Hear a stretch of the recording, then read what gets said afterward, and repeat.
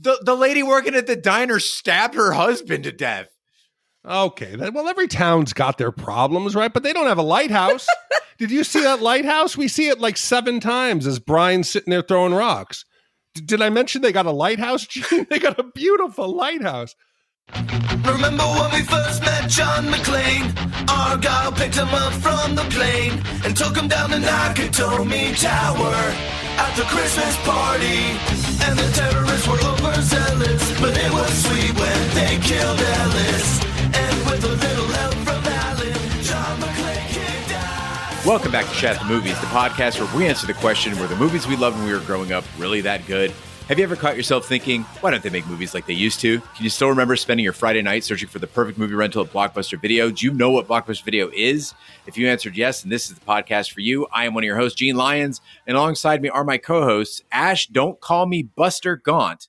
Hi, y'all. And Big D, Dick Ebert. Good evening. And each week, we take a look back in time and decide if our favorite films still hold up. The movies we cover are chosen by you, the listeners, who generously commission the films you love. If you'd like to see all the movies we have covered, will cover, want to choose one for yourself, please visit shatpod.com and have a look. At the end of each podcast, we'll provide you, the audience, with the number of wipes each movie would take to get out of your respective butts. So thank you so much for listening. If you have not already, hit that subscribe button and share with a friend. That's how we help the podcast grow. Additionally, subscribe to our sister podcast, Shat on TV. We review TV series such as Taboo, American Gods, Game of Thrones, True Detective, Lovecraft Country, Watchmen, and this season 4 of Westworld. Find all the information and past episodes at shatpod.com/TV. Finally, to hang out this live, follow and subscribe to our Twitch channel, shatpod.com/Twitch, where we play video games and host watch parties. All that being said, Big D, what movie are we reviewing today? So, Gene, this week, one of our prior commissioners, Lisa C., who commissioned our kids episode, contacted us and said she wanted us to do one of her favorite movies. Unfortunately, she did not send us in a letter to tell us exactly why, but we are glad to have her on board, and we're thankful for her continued support. And she wanted us to review the 1993 horror film based on a Stephen King novel, Needful Things. Well, Needful Things is a 1993 horror movie based on Stephen King's 1991 novel of the same name. The film was directed by Fraser C. Heston, Charlton Heston's son, and stars Ed Harris, Max von Sydow, Bonnie Bedelia, and J.T. Walsh. We always ask the question where you were and what your memories are of the movie we're covering. Today, it is Needful Things. And when we first started the podcast, I was very excited about the prospect of rewatching Stephen King classics from the 80s and possibly discovering some gems I hadn't previously seen. But now, after we've watched It and Pet Sematary, I was truly nervous for this viewing of Needful Things. And it's only when I remembered that it had Ed Harris, who plays the Men in Black in our upcoming Westworld coverage, did I truly get excited to watch this. Yeah, I mean, I've made no qualms at all about how huge of a Stephen King fan I am on this podcast in previous episodes. And I've read a ton of his books. I thought I'd read most of the big ones, but this is one that strangely I missed somewhere along the way. Because when I realized that this was a King-based story, I was like, oh, is this like a short story? Is this one of his lesser known? And it wasn't. Like, somehow this is a big one that I didn't get. And I do remember seeing this movie because I have this distinct memory of Bonnie Bedelia in this film. So I knew I had seen it, but I didn't really remember anything about it other than the fact that she was in it and Ed Harris was in it. And so I was really excited to go back and rewatch. And guys, when Max von Sydow came up on screen, I was like, holy shit, this is going to be amazing. I can think of 2 reasons to remember Bonnie Bedelia in this movie that I will never forget. Titties. Well, tonight I will be playing the role of Gene Lyons and Ash. I will be the book first movie critic. I'm going to take their roles like when they do Interview with a Vampire and they complain all night about how the book was better and this they did right and this they did wrong. No, I'm not going to try not to do that because people, sadly, in my life, I have not read nearly as many books as my 2 co-hosts have, or that I probably should have, but Needful Things is one of those few. The book came out in 91. I was living in Stockholm, and I just had no access to really any kind of media. I didn't have the money to go out to the movies. The TV was in Swedish. I wasn't fluent. I'm still not to this day. So I had gotten my hands on the book, absolutely loved it. So when the movie was announced, it was going to come out, I think 2 or 3 years later, I was like, yes, I'm all into it. So it was the first time I was able to go into the theater, excited, knowing the source material, only to come out a little sadder, but I'm glad I have that as some background knowledge so I can, inform our listeners about how the book is different from the film. I'm really enjoying this developing relationship between you and Interview with the Vampire. Like, we reviewed the movie months ago, but you and this movie can't let each other go. And now you started, when you talk about it, you take on like a weird Bela Lugosi accent. It's pretty impressive, Big D. Well, I'm trying to sound more professional, more refined. This is the refined, the book reading Big D. All right, with that, let's hit the trailer. Castle Rock Entertainment and Stephen King invite you to visit Castle Rock, Maine, a quiet little town whose population has just increased by 1. Do you believe in the devil, Father? I guess I have to. We can't have one without the other. What does he look like? What the hell does he look like? May I take this opportunity to welcome you to Castle Rock on the good Lord's behalf? Why not? So where are you from? Ohio. I've been in this business a long time, and I've learned the pleasure of offering my customers what they really need. He came here to destroy us. Oh, you wussy. There have been 2 murders and an attempted suicide in this quiet little town, and Mr. Leland Gone is at the bottom of it. You are disgusting. I like that in a person. Everybody that's got it coming is gonna get it now. The young carpenter from Nazareth? I knew him well. Promising young man. But he died badly. A famine here, a flood there, a little bloodlust, a broken heart. You can't win. I've got God on my side.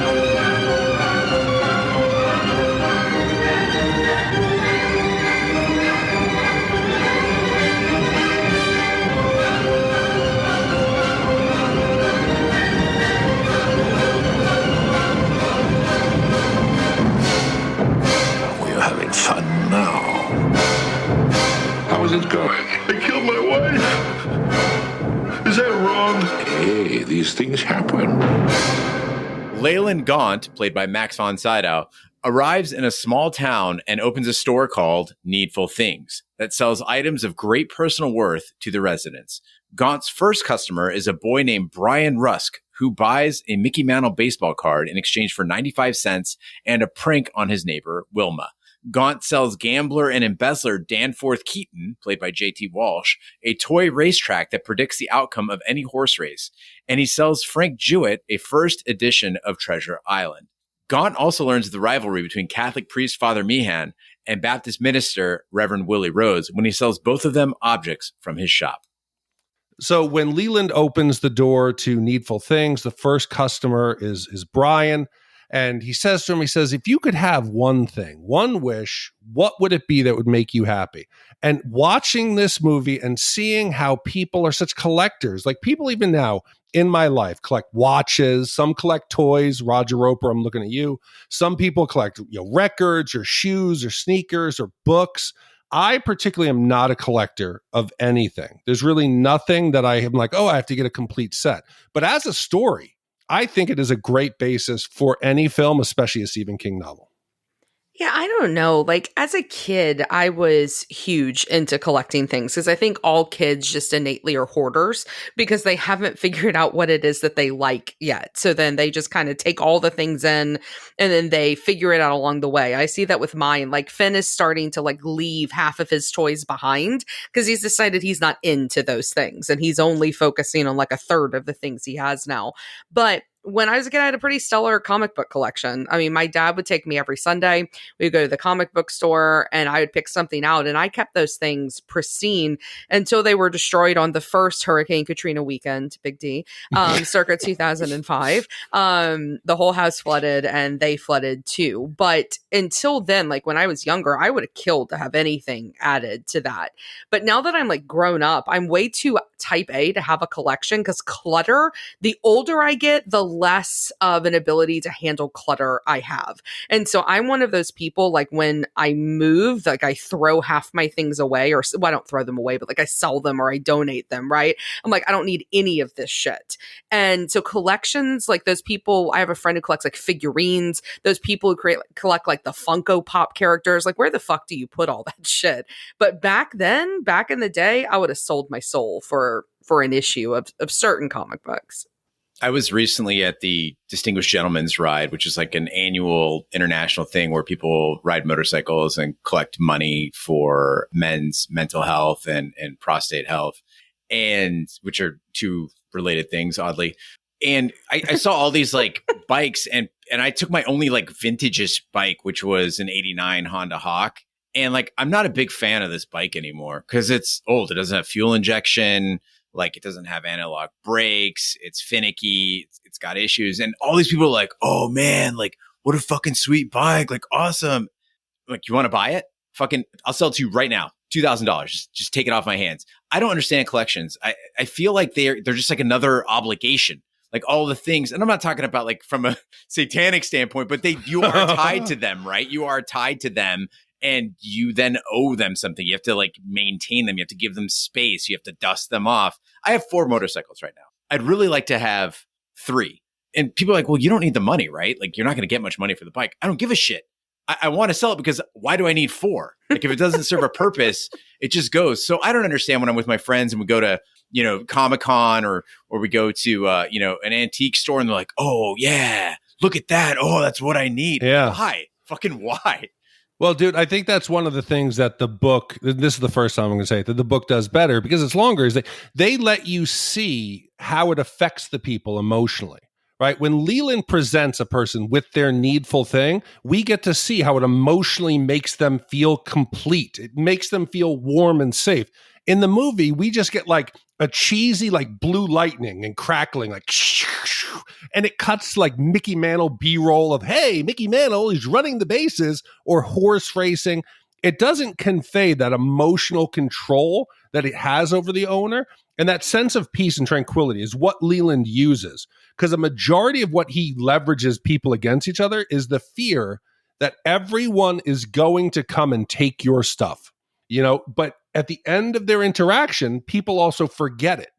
So they wake up feeling warm, safe. Oh, I got my item and I got to do a prank, but they don't remember any of the weird things that would have raised red flags that would have made people say, hey, stay away from that dude.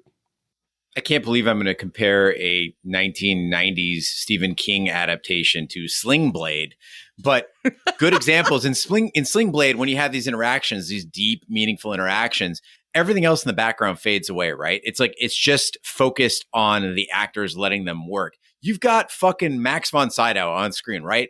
You could put him face to face with anybody in this movie and have them play out those feelings, right? Let them work that magic the way you would on stage if you couldn't lean on tricks like fucking blue lightning flashes and B-roll footage, right? That is movie magic, not whatever the fuck they tried here. So, I mean, one of the things that I do like about this is King often, one of the things I like the most about his books, I'm sure this one included if I had actually read it, are the themes that he tries to work with. I think he's got awesome commentary about the way people actually are rather than the way we prefer to see ourselves. And the thing I like about this story is obviously like the clear theme here is about materialism and how bad material things are and how desperate we can become for certain things that really truly mean nothing inherently. And I have to say, like I've already said, there's not many things that I'm obsessed with. I don't like clutter, but I do have some things that I'm a big fan of. But you know that whole like adage of like, hey, if your house is on fire and you run into your house, what's like the one thing you're going to run out? And for me, I'm always like my children or my dog, right? Like that's where I go. I don't ever think about those material things. Now, I do have 2 first editions of books that like, if I could go back in after rescuing my children and go get, then yes, that would be great. But the rest of it, like, let it burn to the fucking ground, right?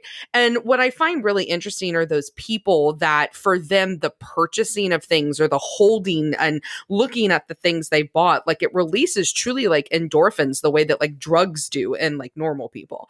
And my mom is a perfect example of this. I love my mother. She's a wonderful person, but one of the ways we're the most different is how material she is. And it may be that she grew up incredibly like in abject poverty. And so once she had money, like it's that whole middle class thing of you buy the things that you always wish that you could have. But one of my favorite stories about my mom is like my dad went to Vegas. He plays poker and he plays in these big tournaments, and he won a shit ton of money in a tournament. And he brought my mom back this Louis Vuitton bag that she had always wanted. And it was always this joke for my dad that she's walking around with like an $8,000 bag and she has like a $20 bill in it because she has no money. And she has a credit card that's like maxed out to, you know, the limit because my mom has her own credit cards because my dad hates how much she spends. And so she spends all this cash. And I don't know. I think she'd be one of these people in the shops and I'd be somebody standing across the street, like judging the fuck out of whoever's walking in there. Yeah, I didn't mean to sound earlier like, oh, I don't collect things because I'm better than that, right? No. 'Cause I've got my own fucking issues here. Yeah, oh, yeah. Online ordering, I've got a problem there. And this sounds weird, but like I feel where your mom's coming from because I also like did not have the ability to get whatever the fuck I wanted back in the day. And for me, it's not even the purchase, it's the delivery part. Like, I think the longer an item takes to arrive, the more excited I get. I get a rush out of looking out the front window. I'm like a fucking dog. Like every morning I go look out the window. I'm like, is there? Afternoon, I go back out. Is there? It could be anything. It could be a fucking bow tie. It could be a Fabuloso freshener spray. Like, it doesn't matter. It's just like, I get such a rush out of that. I ordered and tried on 6 different helmets from cyclegear.com. And when I finally found one that worked, you think I'd be excited. Like, oh, I finally found the perfect helmet for me. No, I now miss the feeling of waiting for another helmet to arrive. I sometimes forget that I bought the helmet and I go outside looking for it. Oh, strangely enough, I agree. I can remember the feeling as a kid. You had to collect the G.I. Joe points on the back of the character's cards, and you could send them in for a Cobra Commander. The fucking 8 weeks it took for Cobra Commander to get there were some of the greatest 8 weeks of anticipation. I still feel that when I spend $4 on, you know, a case for Emma's like old ass iPad. So I get that. The problem I have is the people who make shopping the end, like what their goal is to go shopping, not to go buy a hat or a shirt or a pressure washer. It's just to go shop and then you buy shit that you necessarily didn't need. Maybe this explains the whole like unboxing phenomenon, like on YouTube and TikTok and shit, where people do, because I don't understand unboxing videos. I've watched them and I'm like, okay, you got a thing, you took it out of the box. So are you guys into those? Do you like kids fucking love that shit? Emma loves those mystery box opens, the LOL surprise and all those things, because you don't know what's in it. But for me, it does nothing. So actually, strangely enough, part of my master's thesis, not my doctoral dissertation, but my master's thesis were on unboxing videos because I wrote this whole thing about how we were creating, the corporate identity was creating like a new body politic in society and that like our communion was unboxing videos. So no, I'm fucking terrified of them. Here I am fucking being like, I read a book once. I read Stephen King, and Ash is like, my college dissertation was on the unboxing phenomenon. And I'm like, books are good. Books are fun. Pictures my and brain words. Is that. Big D, he's like sitting on his pedestal. He's got his little mortar and pestle going on. Or not mortar and pestle. What the fuck's it called? Mortar and pestle. Mortarboard. I went to school too. All right, so we talked about the flaws in this movie, but I want to talk about one thing this movie gets right, and that's fucking Max von Sydow. Like, the dude's a fucking legend, and he's carrying this whole movie on his back. A+ to casting for getting this guy. But he is all alone in this movie. He is Michael Caine in A Muppet Christmas Carol. He's Stevie Wonder on Sesame Street. Like, he's Mr. Rogers and David Bowie all wrapped into one. He is on screen, and everything around him is a fucking puppet. This dude has class. He has a complete command of the screen, and he just seems to have all these other actors in his orbit. I felt bad for everyone who had to be on screen with him. And I'm convinced at this point, after seeing him in this and in Victory, that he takes every movie he's in down a wipe just by the sheer nature of him being in the film. But I disagree 100%. I think he's too good. He's too polished. He's too professional. When he's talking to Brian, he's like, a deed, a tiny prank. No one will ever suspect. Gaunt seems more like he's grooming Brian. Like, oh, can you keep a secret? Gaunt in the book, he is like frail. He's unassuming. They needed Gaunt to be somebody who you wouldn't suspect. Max, great actor, but he comes in glossy and polished. He's confident. People right away should be sensing he's that used car salesman. I don't know. I mean, I obviously don't have the frame of reference that you do for the book, but because you're very smart, but I absolutely love Max von Sydow. Now, for me, I have a hard time whenever I see him not picturing him in the Seventh Seal. No matter how old he got, like, he will always be Antonius Block for me, like just coming back from the Crusades and chilling with death there, right? But his presence elevates everything around him. Like, just think about like Game of Thrones. Every scene he was in got better every second that he was there. And he was not in that show a lot, but the second he walked off screen or they cut over to another character's storyline, you kind of went, oh, like you lost some of the feeling, because he's amazing. And it was the same thing here for me when they showed, the teeth that he had, like the more yellow they got throughout and the way that he used those, the way he delivers some lines. The man was a legend, and he was the perfect Gaunt for me. Any guy who can come on screen in like a man bird suit and inspire reverence, that's acting. That is acting. Well, Gaunt instructs Brian to throw turkey shit on Wilma's laundry, which Wilma assumes was caused by her longtime enemy, Nettie Cobb, played by Amanda Plummer. Brian later returns to Wilma Jerzik's house and throws apples at her house to smash all the windows. To pay for a prized figurine, Nettie goes to Dan Keaton's house and places citation notices, allegedly from Deputy Sheriff Norris Ridgwick. In the meantime, Gaunt has Hugh Priest kill Nettie's dog in return for a 1950s jacket he wore at college. This sparks a violent fight between Nettie and Wilma, which gets them both killed. So one thing that is clearly true about this small town of Castle Rock is how easy it is to break into everybody's homes. And I don't know if it's because I didn't grow up in a small town. I'm living in one now, and I don't like it. I miss the city tremendously. Open spaces, green space, and night sky make me very nervous and anxious. But here, it seems a little unreasonable, right? Like, Nettie, no issue getting in to hang the citations. She's in there for like a fucking hour.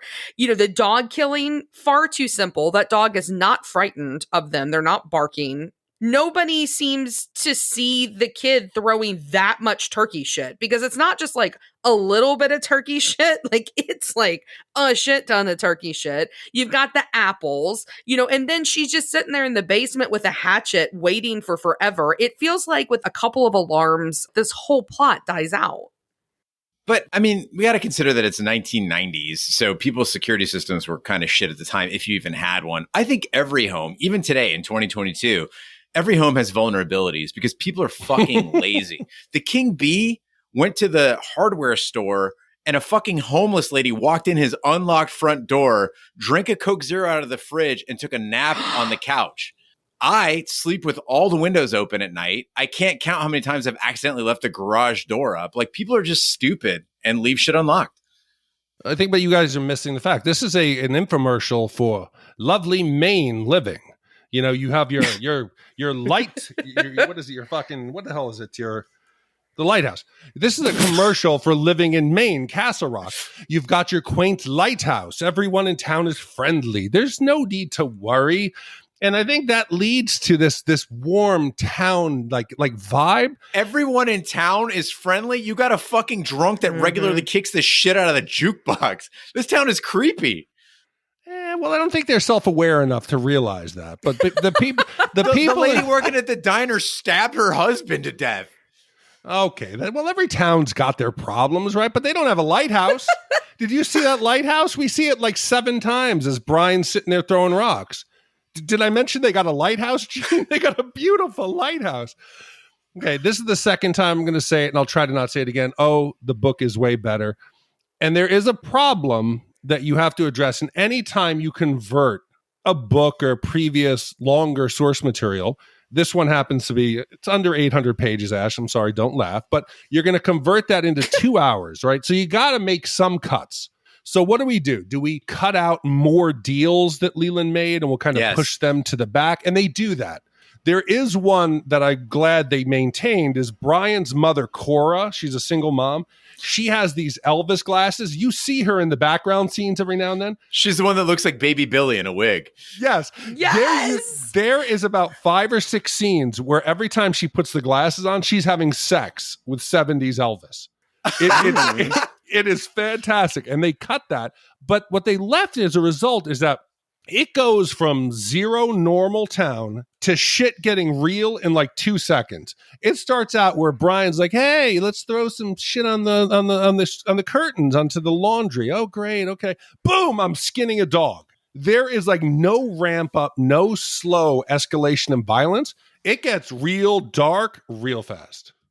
Yeah, it does. It was actually really surprising because at first I was like, oh, this is a pretty tame, like, Stephen King film. Like, there's no, like, resurrected dead zombie baby that's going to, like, cut your Achilles tendon. You know, there's no clown that's going to eat their arms off. And then all of a sudden, you know, you have dog death. But I think the issue here is that most Stephen King stories, they're much better when they are adapted into 2 films instead of 1. Or, you know, when they're a mini series, because there's just too much character building that he does to cut where it would feel natural in any way. You know, Big D, you talked about how picturesque Castle Rock is because it has a lighthouse. At one point in this movie, like, Ed Harris, he reminds everybody that Castle Rock is a good town full of good people. But, like, are they, like, most of them are unlikable shitbags, or if they're not an unlikable shitbag, they at least live a fairly privileged life. The only person that I felt bad for, the only person that, like, I felt anything for was poor Nettie, who's played by Amanda Plummer, who changed my life as Honey Bunny in Pulp Fiction. She survives domestic abuse, lives with the ghost of her slain husband. She works in a fucking diner. She's seen as the town idiot. And all that she has in the world is her dog, Raider, who then gets fucking skinned by Hugh Priest. Like, I feel like she's justified in stabbing the shit out of Wilma, regardless of whether Wilma actually killed her dog. She's the only person in this movie I'm rooting for. Right. I mean, I think that a lot of King's work, we've already talked about the commentary on materialism, right? But another big thing that he makes a lot of commentary on is life in small towns, suburbs of great cities. And so many of the people here, they have, like, so little in their lives that they fill it with, like, this gossip or the harmful ideas of everybody around them. And, like, take our neighbors here where we live. Because, like I said, we've been here a year now. It'll be June 15th will be a year that we've been in a small town suburb of a very giant city. And we live in a cul-de-sac, and we have neighbors who every evening pull their lawn chairs out. They come and they sit on the cul-de-sac. They all hang out. The kids all play and they talk. And I'm not a big fan of people, most people, and especially not these people. Like, I have no interest after working a 10, 11, 12-hour day, coming home and talking to people about, like, the goings-ons in our neighborhood.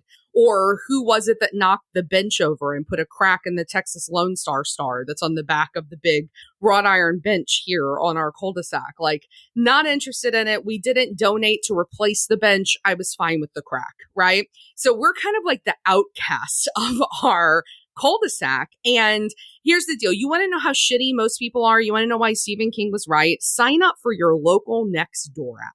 Yes. Go on to Nextdoor, sign up, and spend a day perusing what the people in your area are having to say, and you'll realize that Stephen King was right about just about fucking everything. But dude, Ash, I think you're missing a perfect opportunity. Take vengeance on them. Go out there and set up another one of your neighbors as putting the chip in the Lone Star. It's easy to do, people. Mm-hmm. I thought about it when I read the book and when I watched the movie, and we used to joke about it in schools, that it would be so easy to fuck up somebody's life. So easy. Yeah. If anybody, let's just say, any of my friends were to leave a condom wrapper in my car, one day it would be found. I could never explain that away. If you wanted to destroy somebody's life, a condom wrapper or a pair of underwear in Tom's car, you could never explain away. I would ask who borrowed his car to have sex with someone at lunch. You think that's likely? Because, like, it's not going to be Tom. So you're saying if Vanessa found a used condom wrapper in my car, I could explain that away? Oh, I don't know how that got there. What size condom wrapper? I mean, that's a big question, right? But I mean, Tom doesn't use condoms. I said me, Gene. If you're out with Sarah and Sarah drops her cell phone and under your car seat is a condom wrapper. Yeah. Is she immediately I do keep questioning? my car quite meticulously clean, so that would be a dead giveaway. If it's the Miata, it might just actually be something like an artifact of the 90s. But if it's the RAV, she would know something was up. But I would just say I've discovered that I recently, you know what it was? I didn't want to have a mess in the car. I just wanted to have it nicely contained. I was jerking off. That kind of mess. I like that because that's like you're owning something that could be embarrassing, but I still think you could destroy somebody's life super easy. I think Ash, with 2 or 3 small prank moves or deeds, could turn that cul-de-sac into World War III. Oh, dude, it's so much easier than that. Here's what you do. You get like a burner phone or whatever, and you just send some nudes to somebody's phone. That's it. That's all you got to do. Imagine you're sitting with Vanessa, you're on the couch, bling, you get a message, you open it up, titties. Oh, I don't know if I ever Whose told tits you are this. those? One of the worst things, I don't know why this just kept into my mind, when back in the day when we used to do our formals for the fraternity, it was before cell phones, cameras, so everything was the disposable cameras. We would walk around the tables and pick up the cameras, people sitting around, go into the bathrooms and just take a dick pic. And then put the camera back on the table. So the people develop the role and they'd be like, oh, look, here we are dancing. There's a dick. How did that get there? I have a picture of the King Bee's dick from just such an occasion. You did that too? Wow. Yeah. It looks like Animal from the Muppets. very, very hairy and wild is what I'm assuming. Red.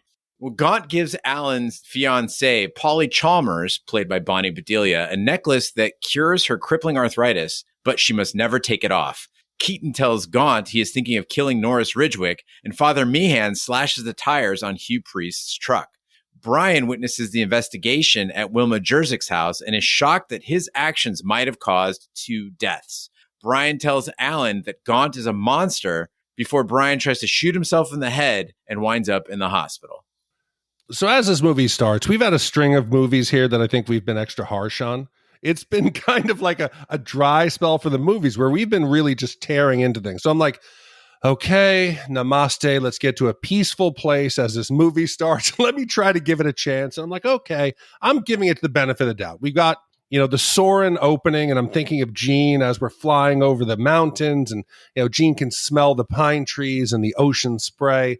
And I'm like, okay, Stephen King's got a couple different types of movies. You got like the scary ones, like The Shining and The Misery. And then you also have the ones that are more funny or aren't really true horror.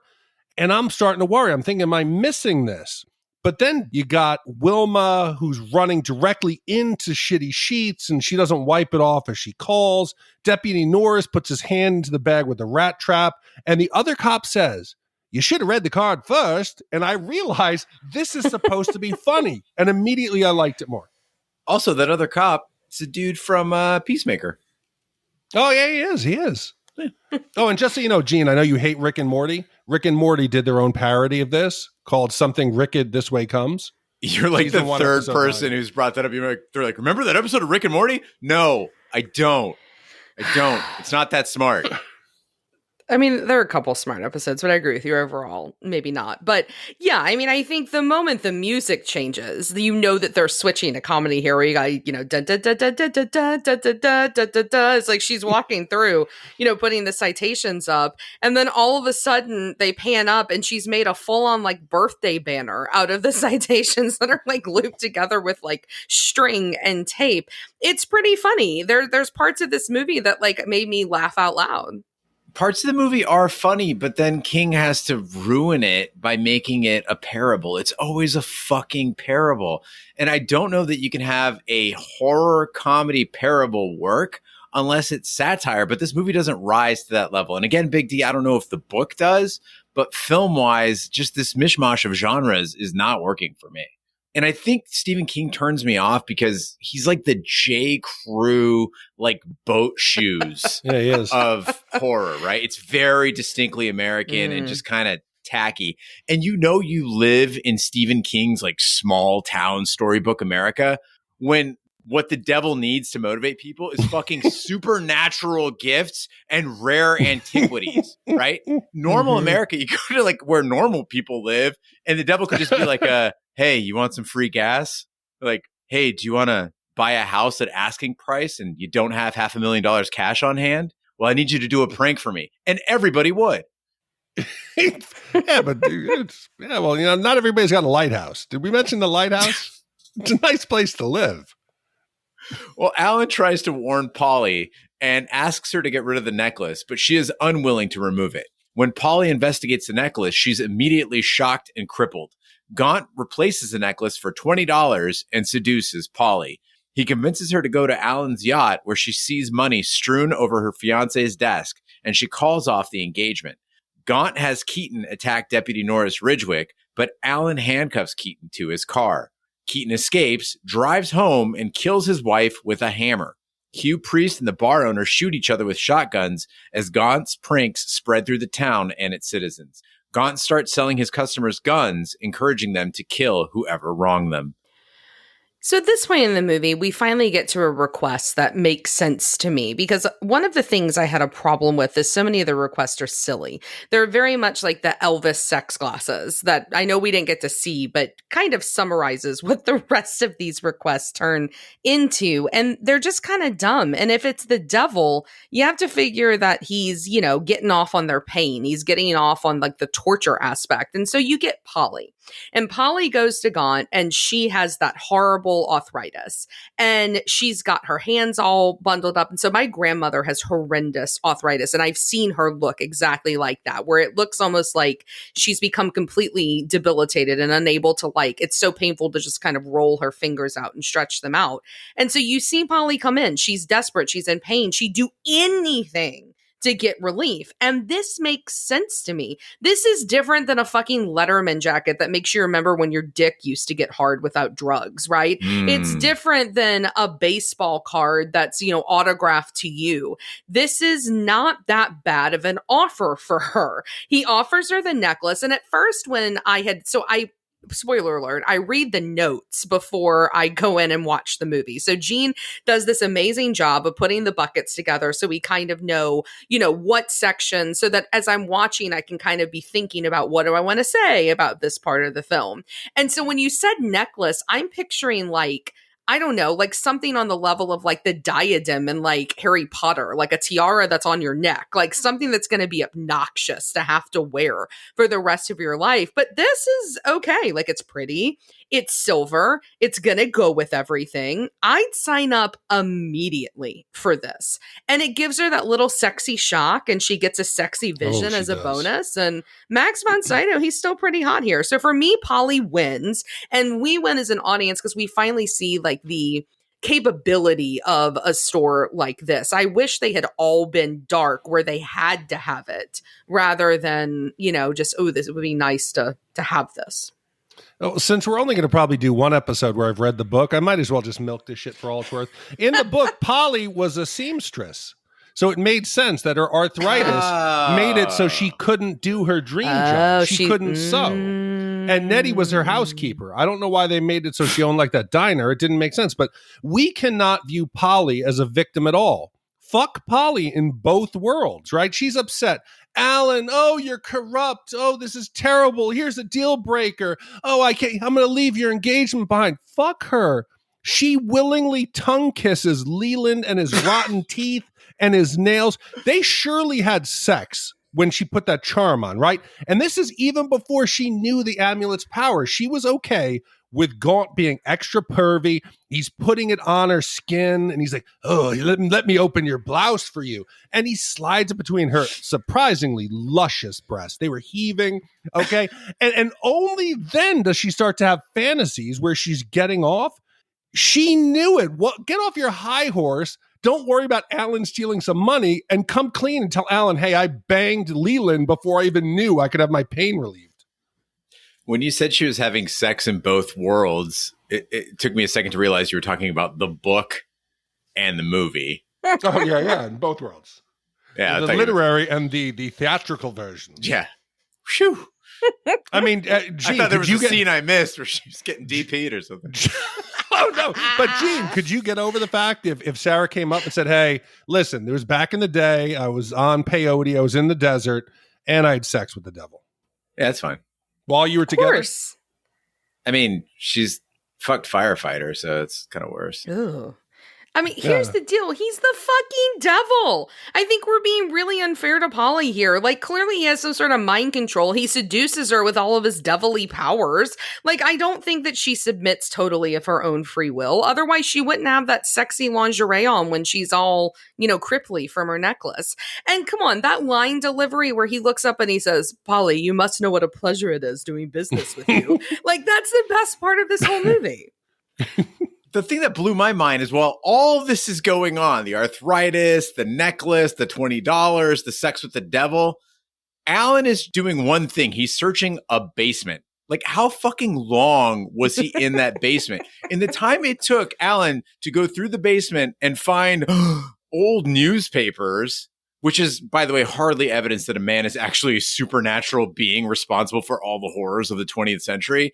In that time, Gaunt was able to visit Polly, reveal her surprise jugs, convince her to put on the necklace, bang the arthritis out of her body, and get home, while Polly then had the time to get her hoe ass dressed, drive over to Alan's yacht, investigate it, and find thousands of dollars on his desk.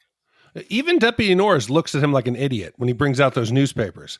He's like, yeah, what, you found old newspapers? At least Pennywise. You remember in It? When they see some of the old textbooks and there's drawings and pictures, you see Pennywise in the photos. None of these articles or newspaper covers have Leland like in the back giggling as the Titanic is sinking or any of the shit's going on, right? And Alan, maybe you left the big city because you're not a good cop, buddy. You find the newspapers, but you don't find the big cases of like Acme Roadrunner explosives that clearly say explosives. I can't believe there wasn't a single picture of the devil in all the pictures of the Titanic sinking. It could have been anywhere. It could have been any of those photos, and people would have said, oh, look, there he is. Yeah, guys, this was one of my creepy moments where I act like I'm speaking to you audibly and you're watching this movie with me, because I'm literally watching this and I said out loud, like you were both in the room, like, the dude sells antiques. Of course he's got a lot of old shit. Like, what are you, my favorite was the one that was plague has begun. It's But what I love the fact is, you know what he uses the newspapers for? He wraps the items that he's selling and gives them to his customers. Right.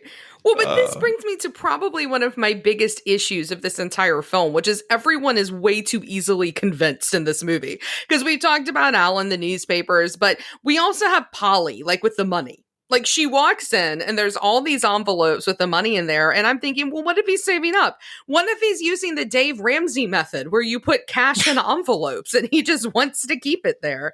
And everybody who buys from Gaunt, it doesn't take much to convince them to do some really stupid and sometimes really fucked up shit in order to get these items. They jump to some really extreme conclusions as well on the receiving end from that. And I get that that's the whole point of this movie. But this story would have been darker. It would have been better if some of it had just been slightly more subtle, where, I don't know, I figure if there is a devil, he's a lot more clever than having the turkey shit lady going, I'm gonna kill your dog. And then he's like, go skin her dog.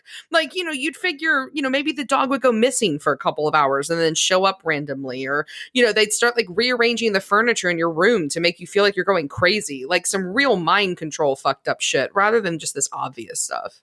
Yeah, I have a much smaller ask, which is, could Stephen King also just once not have dogs and children see through the mystic illusions? Could anybody else be the smart one? It's always dogs are always oh, this thing's supernatural. And then the kid, always the children, right? They're the first ones to fucking detect. He's got something's wrong with Stephen King's brain.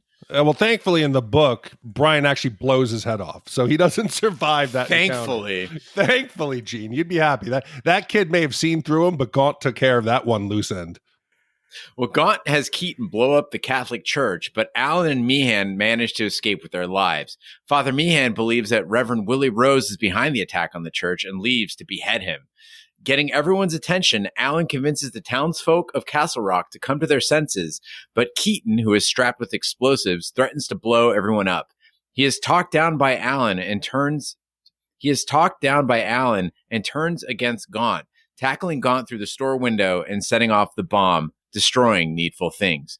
Defeated but completely unharmed, Gaunt emerges from the burning wreckage of his store and tells Alan and Polly he will encounter their grandson in 2053. So here we get to kind of the crescendo of this film, and there's riots in the streets and everything's going crazy. And I start to notice that everyone in this town seems to be a trained stunt performer. Yes. Nettie, she fucking tackles Wilma through a window. Wilma, who's like falling in midair, she stabs that bitch like while they land. You got old men like gut punching dudes and slamming their faces into car doors. At one point, the priest does a straight up proper Krav Maga 360 defense against a halberd, and then he like unleashes a Street Fighter combo on the pastor.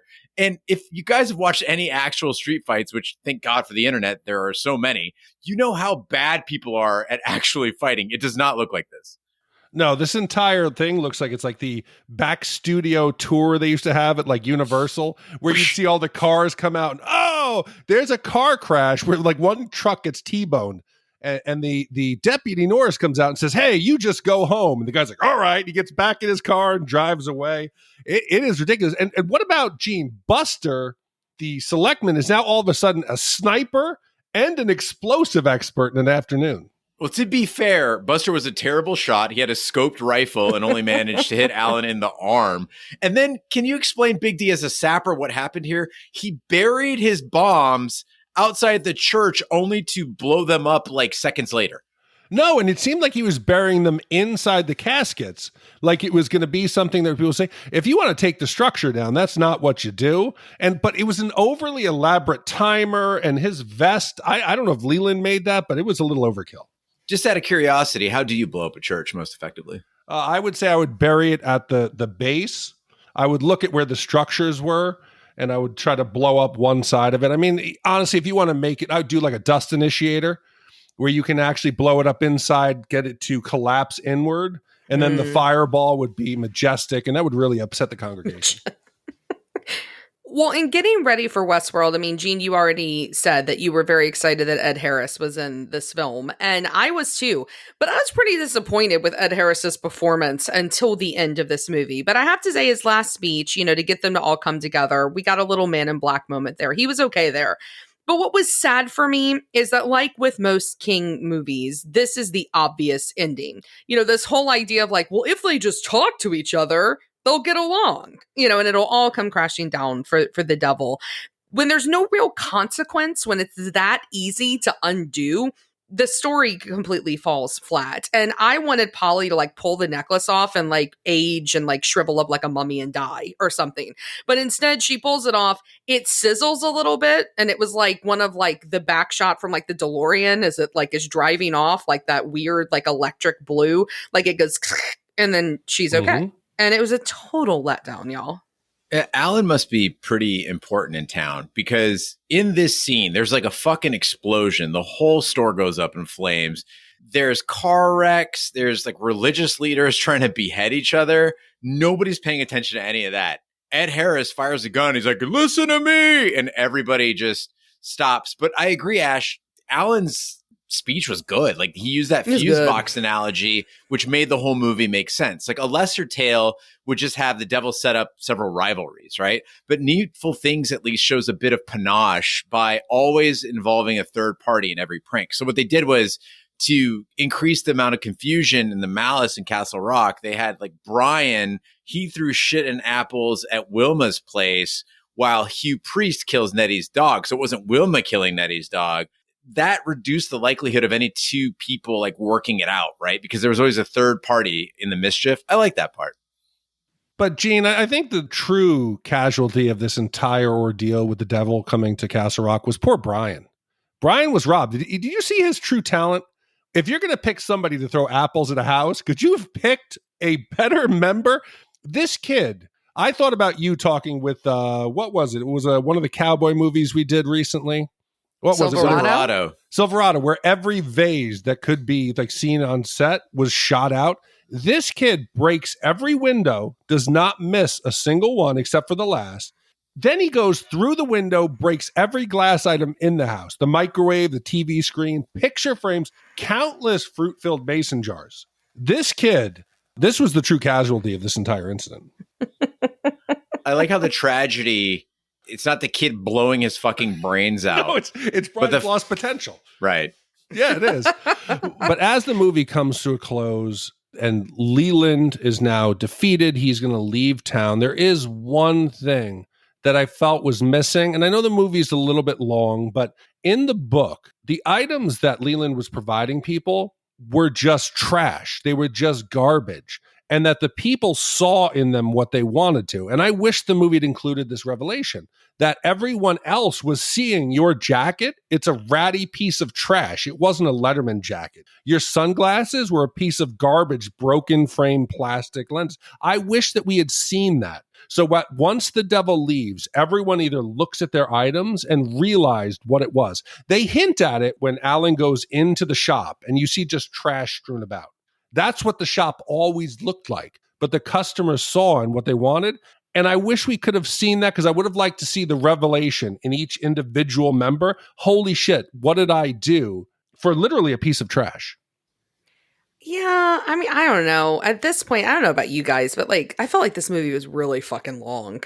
Like, I was ready for it to be over. And while I love this idea, I don't know how you would show it. And I think that that's the problem with a lot of this stuff, is like, he's got great thoughts, but trying to translate that to paper, it comes out really strange. I mean, take a perfect example. In a movie I think is flawless. It is a zero wipe book and it is a zero wipe film, which is The Shining. The whole thing with Danny and like The Shining itself and his whole red ram and talking to Tony, like, it looks fucking stupid on screen, right? Like, it doesn't work in the way that like it does when it's just in your own head. So I was fine. I was just ready for the film to be over.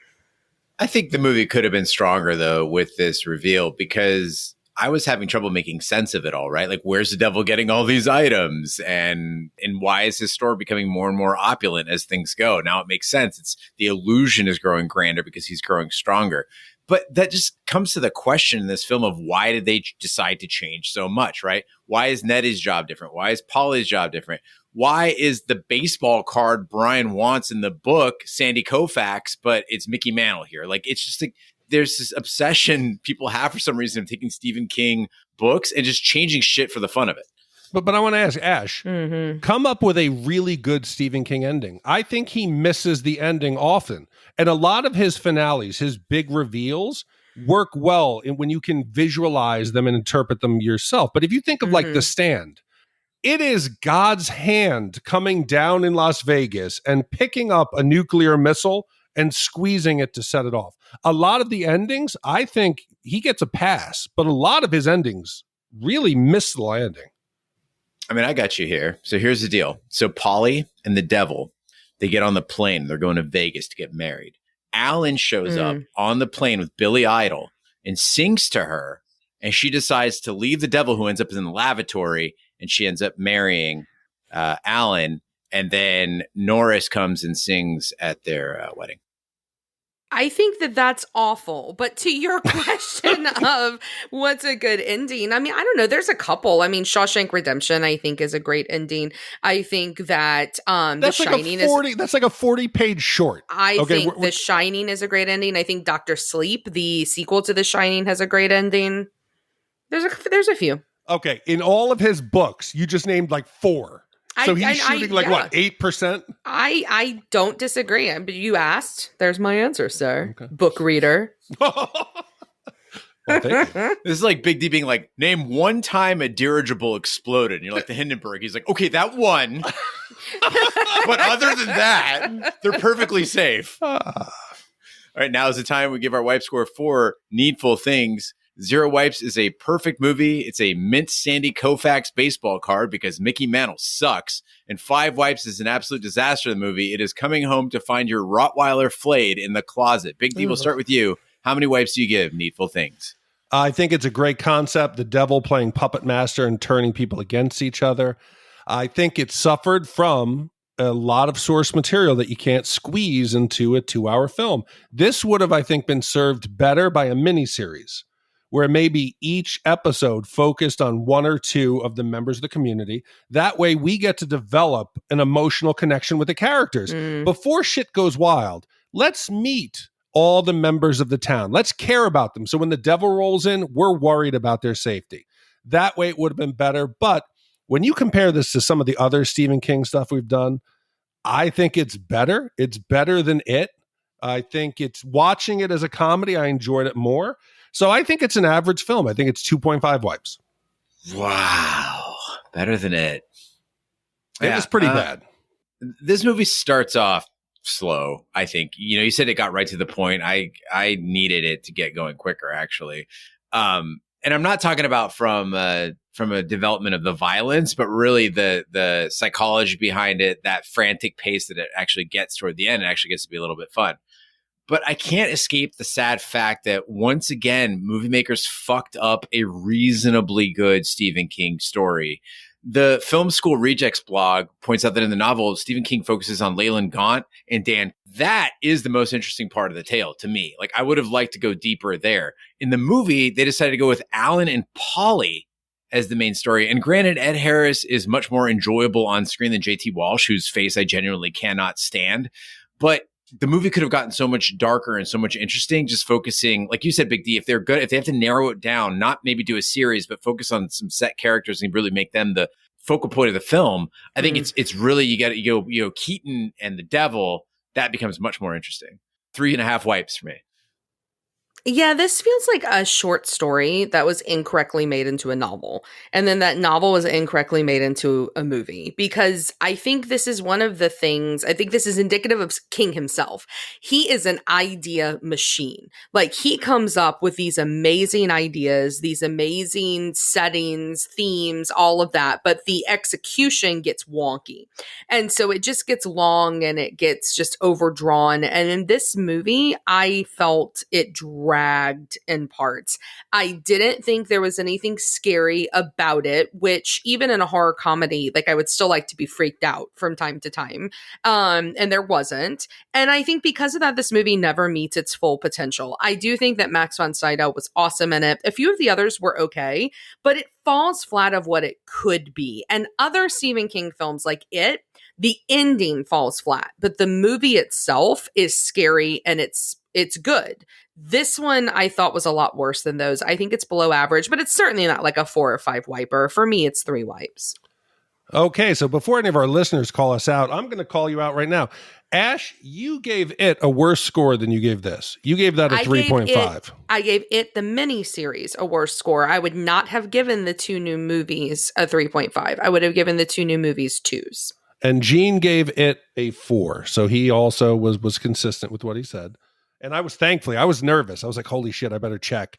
Did I give it a better score? No, I gave it a 3.5. So yeah, the miniseries is much different than the movies, and it's certainly different than the book. So with a final wipe score of 3 wipes, that now ties this in the 194 spot with Christmas Vacation, Commando, Revenge of the Nerds, Blade Runner, The Boondock Saints, Over the Top, fuck? Grease 2, Mortal Kombat, Red Dawn, God. and Adventures of Priscilla, Queen of the Desert. The system has fucking failed us. I should have given it a 3.5. I didn't because I was trying to... You know what my needful thing is? My needful thing is my fucking laptop that I get to go back and rescore this goddamn movie, because there's no way that this movie ties with either Grease 2 or Mortal Kombat or fucking Blade. I mean, you want to talk about movies that drag on. Blade Runner. Y'all are stupid. No. If there was only a mathematical equation that could get us to somehow like bell curve the scores, Ash, to fix this, that would be great. But I tried that once and we don't use a bell curve. We use an average. And even what you were doing was not a bell curve, but it's fine. But this is Blade Runner's a 0 wipe movie. Put my 0 wipe in there and see what it is. I already did. Ash is throwing the 0 wipes is all Ash, around. I already put your 0 wipe in that. And it's still only a 3? Are you sure that's not Carrie's 0 wipe? Yeah, I think it's Carrie's. Let's see. Might be. I'll check that.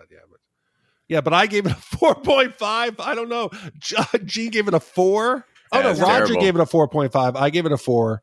And then Gene gave it 3.5. I think it's unfair, people. One day we're going to go back and redo it. It's a beautiful world that they created, but it was slow. If you add my 0 wipe in, it should only be a 2.4. Okay, we'll do that. You heard it here first, people. Blade Runner, slightly above average. Yes, we'll do that. Blade Runner is a lot better than above average. So, Gene, next week, the hits continue. Jack Spade comes home to the ghetto and finds his brother dead from a gold chain overdose. With the help of his hero, John Slade, and a team of washed-up crime fighters, Spade declares vengeance on Mr. Big, the white crime leader responsible for selling gold chains on the street. But Spade realizes that he must take matters into his own hands to finalize the job. This zany spoof of the 1970s blaxploitation film was commissioned by, do you know who this is? Yeah. Black Girl Couch. That's it. Christina J., one of our great listeners. The film came out in 1998, directed by Keenan Ivory Wayans, and this was something to behold. Well, thank you to Lisa for commissioning Needful Things, and thank you to Black Girl Couch for commissioning the upcoming film. Thank you to all our commissioners who make this podcast possible. That concludes this week's episode of Shat The Movies. Be sure to follow us on social media and share with a friend. We're on Facebook, Twitter, Snapchat, and Instagram at Shat The Movies. You can email us, host@shatthemovies.com. Support the podcast by shopping our Amazon affiliate link, buying our merch, or by commissioning your own movie. Find all the information by visiting our website, shatpod.com. Also, check out our sister podcast, Shat on TV. We review TV series such as Lovecraft Country, True Detective, Taboo, American Gods, Game of Thrones, Watchmen, and Westworld. You can find all the information on our website, shatpod.com/TV. And if you haven't started your Westworld rewatch, start it. It's coming up soon, 26th of June. Wherever fine podcasts can be found, including iTunes, Google Play, Stitcher, and YouTube. Be sure to subscribe. And if you stop by iTunes, please be sure to leave a 5-star review. That helps the podcast grow. On behalf of my co-hosts, Big D and Ash, I'm Gene Lyons. Be sure to join us next week for the following movie.